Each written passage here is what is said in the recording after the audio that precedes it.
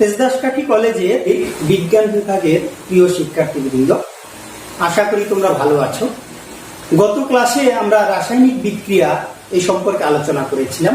তার ভিতরে ছিল গ্রিন কেমিস্ট্রি, একমুখী বিক্রিয়া, উভমুখী বিক্রিয়া, বিক্রিয়ার হার বা গতিবেগ, বিক্রিয়ার হারের একক এবং গতিবেগের উপরে বিভিন্ন নিয়ামকের প্রভাব।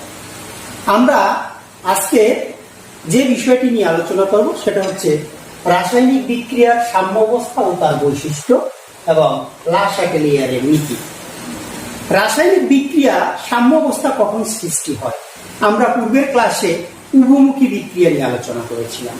সেখানে কি ছিল? যে বিক্রিয়া উভয় দিকে সংঘটিত হয়, অর্থাৎ বিক্রিয়ক বিক্রিয়া করে উৎপাদে পরিণত হয়, আবার উৎপাদ বিক্রিয়া করে বিক্রিয়কে পরিণত হয়, তাহলে উভয় দিকে একটা গতিবেগ থাকে। তাহলে একটা হচ্ছে সম্মুখমুখী বিক্রিয়া আর একটা পশ্চাৎমুখী বিক্রিয়া। আমরা যদি একটু লিখি যে এ বিক্রিয়া করে বিতে পরিণত হলো, আবার বি বিক্রিয়া করে এতে পরিণত হলো, তাহলে এটাকে বলছি আমরা সম্মুখমুখী বিক্রিয়া আর এটাকে বলছি আমরা পশ্চাৎমুখী বিক্রিয়া। তাহলে সম্মুখমুখী বিক্রিয়ার একটি গতিবেগ থাকে, পশ্চাৎমুখী বিক্রিয়ারও একটি গতিবেগ থাকে।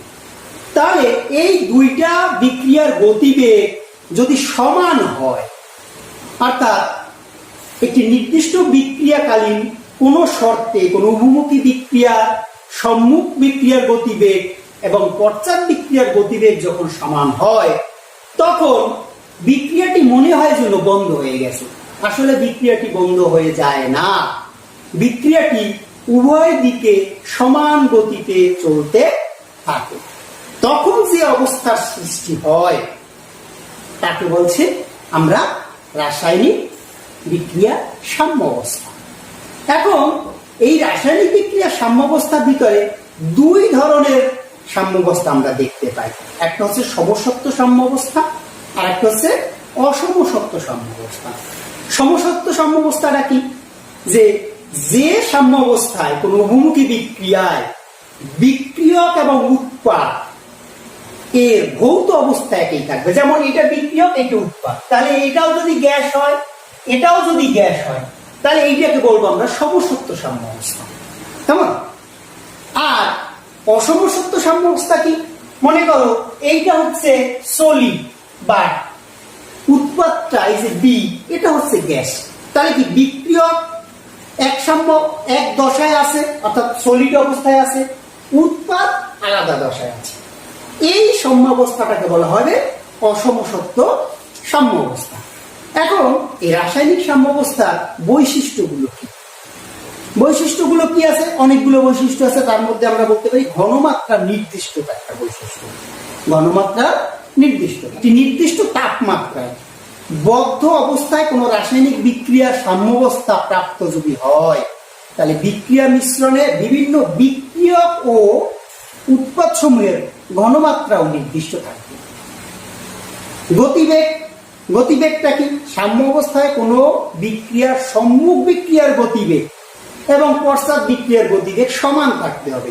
যদি সমান না থাকে তাহলে বিক্রিয়াটি বুঝতে হবে সাম্যাবস্থায় পৌঁছায় না। আর একটা কি আছে? সাম্যের অবস্থা। একটি উভমুখী বিক্রিয়া যে দিক থেকেই শুরু করা হোক না কেন, আমি এর থেকে শুরু করবো এমন কথা নাই, বি থেকেও শুরু হতে পারে, অর্থাৎ বি থেকে শুরু হলো এতে পরিণত হলো, কিন্তু কিছুক্ষণ পরে এ আবার বিতে পরিণত হবে। এজন্য বলছে যে দিক থেকেই শুরু হোক না কেন সর্বদা একই জায়গায় যে সাম্যাবস্থা হবে, অর্থাৎ এর বিক্রিয়া দিয়ে শুরু করলো বিতে পরিণত হইলো, বি আবার বিক্রিয়া করতে শুরু করলো এতে পরিণত হইলো, একসময় কি হবে? সাম্যাবস্থা। মনে করি 5 মিনিট পরে সাম্যাবস্থা হয়েছে। কিন্তু বিক্রিয়াটা যদি বি দিয়ে শুরু হয় এতে পরিণত হয়, আবার কিছুক্ষণ পরে এ বিক্রিয়া করে বিতে পরিণত হওয়া শুরু করলো, সেক্ষেত্রেও যদি সাম্যাবস্থা হয় ওই 5 মিনিট পরেই হবে। অর্থাৎ এই সময়ের কোনো পরিবর্তন হবে না। অনুঘটকের প্রভাব, রাসায়নিক সাম্যাবস্থার উপর এই প্রভাবক বা অনুঘটকের কোনো প্রভাব নাই। এরা কি করতে পারে? প্রভাবক বা অনুঘটক শুধু বিক্রিয়ার গতিটাকে বাড়াইতে বা কমাইতে পারে এবং দ্রুত সাম্যাবস্থায় পৌঁছাইতে পারে। যেমন এই বিক্রিয়াটা বলছি 5 মিনিটে সাম্যাবস্থায় পৌঁছায়, একটা প্রভাবক ব্যবহার করলে সেটা 2 মিনিটে সাম্যাবস্থায় পৌঁছে দিতে পারবে। কিন্তু আর কোনো পরিবর্তন করতে সে পারবে না, সাম্যাবস্থা পরিবর্তন করতে পারবে না। নিয়ামকের কি প্রভাব আছে?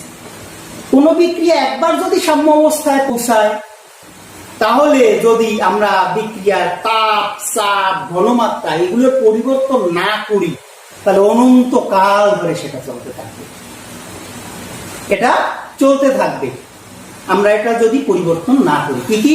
তাপ, চাপ, ঘনমাত্রা এইগুলো পরিবর্তন না করলে একটা বিক্রিয়ার সাম্যাবস্থা অনন্তকাল ধরে থাকবে। সাম্যাবস্থায় আমরা এই সাম্যাবস্থাটা কোথায় প্রয়োগ হয়? সাধারণত লা-শাতেলিয়ারের নীতিতে এই সাম্যাবস্থা প্রয়োগ করা যায়। লা-শাতেলিয়ারের নীতিটা কি? আমরা এখন আসবো লা-শাতেলিয়ারের নীতি।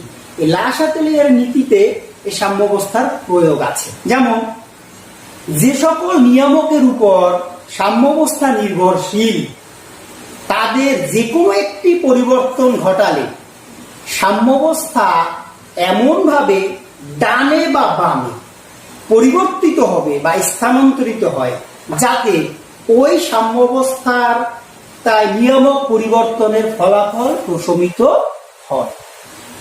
সাধারণত তিনটি উপায় সাম্যাবস্থার পরিবর্তন করা যায়। একটি, বিক্রিয়ক বা উৎপাদের ঘনমাত্রার পরিবর্তন, অর্থাৎ হ্রাস করতে পারি বা বৃদ্ধি করতে পারি। দুই, চাপ বা আয়তনের পরিবর্তন করে করতে পারি। তিন, তাপমাত্রা পরিবর্তন করে করতে পারি। আমরা আলোচনা করব এই বিষয়গুলো, যে এই তিনটি নিয়ামকের পরিবর্তনের কারণে কোনো রাসায়নিক বিক্রিয়া যদি সাম্যাবস্থায় থাকে, তারা কিভাবে ফলাফল প্রশমিত করে পরিবর্তিত হয়। এক হচ্ছে সাম্যাবস্থার উপরে তাপমাত্রার প্রভাব। তাহলে আমরা যদি সাম্যাবস্থার উপরে তাপমাত্রা দ্বিমুখী প্রভাব আছে, একটা কি সাম্যের অবস্থানের উপর হতে পারে, আবার সাম্যাঙ্কের উপর হতে পারে। আমরা যদি প্রথমে আমরা আলোচনা করব সাম্যের অবস্থানের উপর তাপমাত্রার প্রভাবটা। আমরা বিক্রিয়া যখন পড়ছি তখন বলছিলাম যে বিক্রিয়া দুই ধরনের বিক্রিয়া, একটা হচ্ছে একমুখী, এক উভমুখী। আরো দুই ধরনের বিক্রিয়া আছে, একটা হচ্ছে তাপ উৎপাদী, আর একটা বিক্রিয়া হচ্ছে তাপহারী বিক্রিয়া। তাপ উৎপাদী বিক্রিয়া কি? যে বিক্রিয়ায় তাপের উৎপন্ন হয় তাকে বলছি আমরা তাপ উৎপাদী বিক্রিয়া, আর যে বিক্রিয়ায় তাপ শোষিত হয় তাকে বলবো আমরা তাপহারী বিক্রিয়া। এখন তাপমাত্রা পরিবর্তনের প্রভাব দুই ধরনের বিক্রিয়ার ক্ষেত্রে কিন্তু তাহলে দুই রকম হবে। সেই দুই রকম কি? তাপ উৎপাদীর ক্ষেত্রে কি? আমরা যদি একটা বিক্রিয়া ধরি যে এ প্লাস বি, একটা উভমুখী বিক্রিয়া তৈরি করতেছে, সি প্লাস ডি উৎপাদ তৈরি করতেছে। এর পাশাপাশি এখানে কি হয়? তাপ। এখানে এই বিক্রিয়াটা সম্মুখমুখী বিক্রিয়া, তাপ উৎপাদী বিক্রিয়া। এখানে সম্মুখ বিক্রিয়াটি একটি তাপ উৎপাদী বিক্রিয়া। যখন বিক্রিয়াটা এ থেকে এর সাথে বি এর বিক্রিয়া করে সি এবং ডি হয়, তখন তাপ উৎপন্ন হয়। কিন্তু বিক্রিয়াটি যখন বিপরীত দিকে আসে, সি প্লাস ডি বিক্রিয়া করে যখন এ প্লাস বি তৈরি হয়, তখন কিন্তু তাপ শোষিত হয়। অর্থাৎ বিক্রিয়া বাম থেকে ডানে গেলে তাপ উৎপন্ন হয়, কিন্তু ডান থেকে বামে আসলে কি হয়? তাপ শোষিত হয়। এই পরিমাণটা কিন্তু সমান। এদিকে যদি 10 কিলোজুল তাপ উৎপন্ন হয়, ডান থেকে বামে আসলে 10 কিলোজুল তাপ শোষিত হতে হবে। এই ক্ষেত্রে আমরা যদি এই বিক্রিয়ায় আরো যদি তাপ প্রয়োগ করলে লা-শাতেলিয়ারের নীতি অনুসারে সাম্যের অবস্থান বাম দিকে সরে আসবে। কোন দিকে আসবে? বাম দিকে সরে আসবে। অর্থাৎ উৎপাদ সি ও ডি এর পরিমাণ কি হবে? হ্রাস পেয়ে যাবে। আবার তাপমাত্রা যদি আমরা হ্রাস করি, তাহলে কি হবে? সাম্যের অবস্থান ডান দিকে যাবে এবং সাম্যের ডান দিকে সরে গিয়ে বিক্রিয়া তাপমাত্রা হ্রাসের প্রভাবটাকে প্রশমিত করবে। অর্থাৎ সি এবং ডি এর পরিমাণ বৃদ্ধি পাবে। তাহলে আমরা এখানে তাপ যদি বাড়াই, বিক্রিয়াটা বাম দিকে আসবে, আর তাপ কমাইলে বিক্রিয়াটা বাম থেকে ডান দিকে যাবে। আমরা একটু উদাহরণ দেখতে পারি, যেমন কি নাইট্রোজেন প্লাস হাইড্রোজেন। এটা দেখি আমরা, নাইট্রোজেন প্লাস হাইড্রোজেন। তাহলে তৈরি করতেছি কি? অ্যামোনিয়া। আমরা যদি সমতা করি এখানে 2 এখানে 3 দিতে হবে। এই ক্ষেত্রে এই বিক্রিয়াটিতে আমি যদি বিক্রিয়াটি সম্মুখমুখী ধরি তাহলে এখানে 92.4 কিলোজুল পার মোল তাপ উৎপন্ন হবে। আর বিক্রিয়াটা যদি অর্থাৎ অ্যামোনিয়া ভেঙে যখন নাইট্রোজেন এবং হাইড্রোজেন তৈরি করবে তখন এই 92.4 কিলোজুল তাপ শোষিত হবে। এই ক্ষেত্রে আমি যদি তাপ বাড়াই তাহলে কি হবে, অ্যামোনিয়া ভেঙে যাবে, নাইট্রোজেন এবং হাইড্রোজেনে পরিণত হবে। কিন্তু যদি তাপ কমাই তাহলে নাইট্রোজেন এবং হাইড্রোজেন বিক্রিয়া করে অ্যামোনিয়াতে পরিণত হবে। আমাদের দেশে এই অ্যামোনিয়া শিল্প কারখানায় এই লাসাতেলিয়ারের নীতি প্রয়োগ করে এই অ্যামোনিয়া এভাবে তৈরি করা হয় এবং এই লাসাতেলিয়ারের নীতি প্রয়োগ করার ফলে উৎপাদের পরিমাণ সেখানে বৃদ্ধি পায়। এখন আসো আমরা যদি একটা তাপহারী বিক্রিয়া দেখি, তাপহারী বিক্রিয়া কিভাবে লিখতে পারি, যে আমরা একটা বিক্রিয়া লিখলাম M প্লাস N, এইটা একটা উভমুখী বিক্রিয়া, আমার তৈরি হলো O প্লাস P। এখানে কি হবে, তাপটা কি হবে, আগেরটা ছিল প্লাস, সুতরাং এখানে হবে কি মাইনাস, মানে তাপহারী। এই ক্ষেত্রে যদি আমি আরো তাপ প্রয়োগ করি তাহলে তাপ উৎপাদন ঠিক উল্টো হবে। এই ক্ষেত্রে যদি তাপ প্রয়োগ করি তাহলে বিক্রিয়াটি ডান থেকে বামে আসবে, অর্থাৎ ও এবং পি বিক্রিয়া করে এম আর এন পরিণত হবে। আর যদি বিক্রিয়ায় তাপ আমরা কি করি বাড়াই, এই ক্ষেত্রে যদি বিক্রিয়ায় তাপ প্রয়োগ করা হলে সাম্যের অবস্থান ডান দিকে সরে যাবে, অর্থাৎ ও এবং পি এর পরিমাণ বৃদ্ধি পাবে। গেল, এখানে একটা আমরা উদাহরণ দিতে পারি, নাইট্রোজেন এবং অক্সিজেন বিক্রিয়া করে নাইট্রোজেন ডাই অক্সাইড তৈরি করে, তখন সেখানে তাপ কি হয় শোষিত হয়। এরপরে সাম্যাবস্থার উপরে আমরা আসবো চাপের প্রভাব। চাপের প্রভাবটা কি, শুধুমাত্র এই চাপের প্রভাব আছে গ্যাসীয় বিক্রিয়ার ক্ষেত্রে। তাপমাত্রা প্রভাবটা কঠিন, তরল, বায়বীয় সব ধরনের বিক্রিয়ার ক্ষেত্রে লাসাতেলিয়ার নীতি প্রয়োগ করা যায়।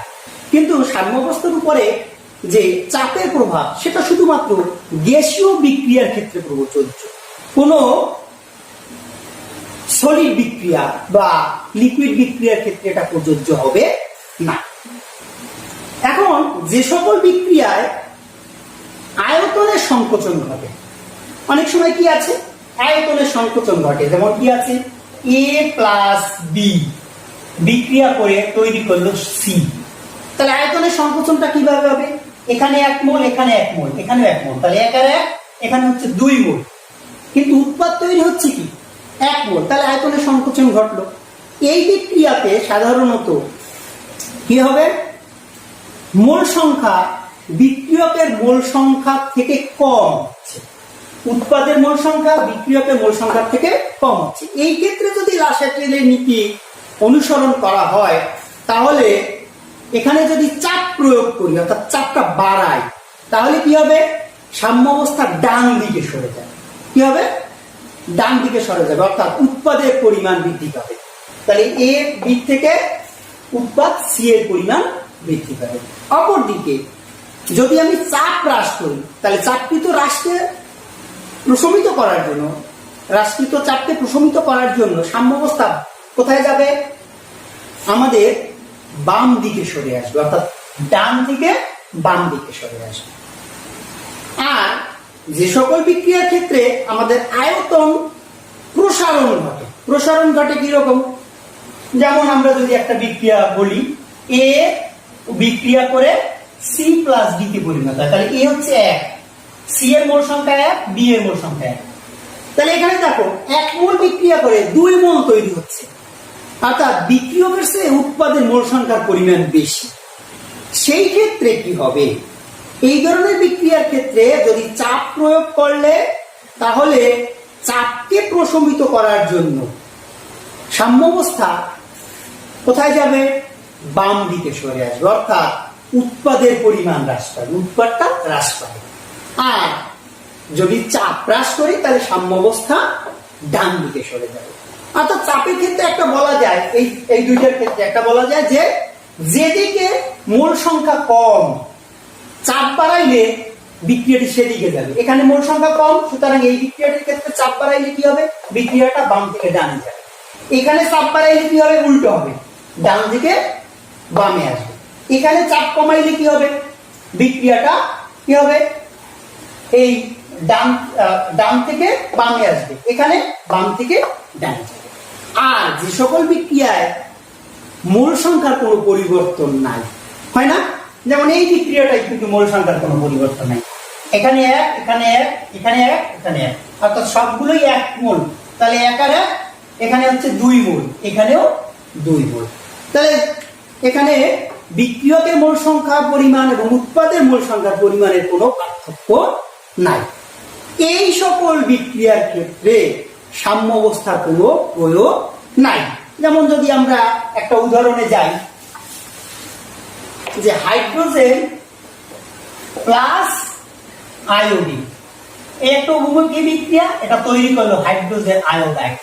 তাহলে দেখো এখানে এক, এখানে এক, এখানে কিন্তু এইখানে মোল সংখ্যা 2, তাহলে কি বাম দিকেও আছে 1 আর 1 2, ডান দিকে 2, সুতরাং এইখানে মোল সংখ্যার কোনো পার্থক্য না থাকার কারণে এই বিক্রিয়াটির উপরে চাপের কোনো প্রভাব নাই।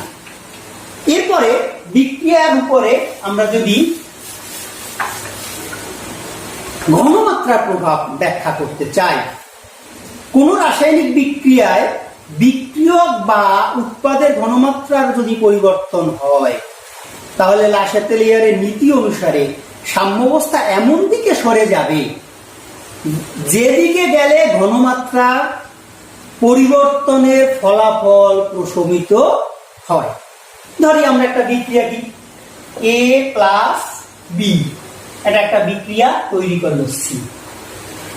এখন এই বিক্রিয়াটির সাম্যাঙ্ক Kc, সাম্যাঙ্ক Kc কিভাবে নির্ণয় করে সেটা আমরা এই চ্যাপ্টারের শেষে আরো পরের দিকে আলোচনা করব। তাহলে Kc সমান হচ্ছে